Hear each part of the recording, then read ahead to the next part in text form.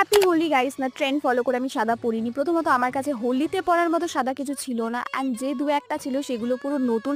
আর সেগুলো পরে যদি আমি হোলি খেলতে যেতাম, আমার মা আমাকে আস্ত রাখতো না। আমরা তো ছোটবেলায় সব থেকে পুরনো জামা পরে হোলি খেলতাম। এনিওয়ে গাইস, হোলি খেলার আমি খুব একটা 8-5 জনের মতো উৎসাহী ব্যক্তি না। ওই হুটহাট এসে যে কোনো অচেনা ব্যক্তি তোমাকে রং মাখিয়ে চলে যাবে, that I don't like at all.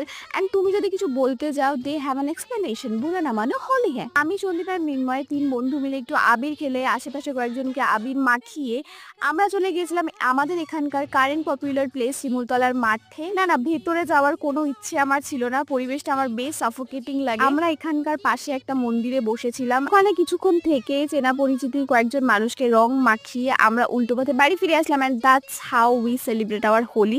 হোলিতে আমি শুধু একটা জিনিসই মিস করি, কারণ এখন অব্দি আমি ভাং কখনো ট্রাই করিনি, but I will try in a safe place. তো আজকের মতো টাটা।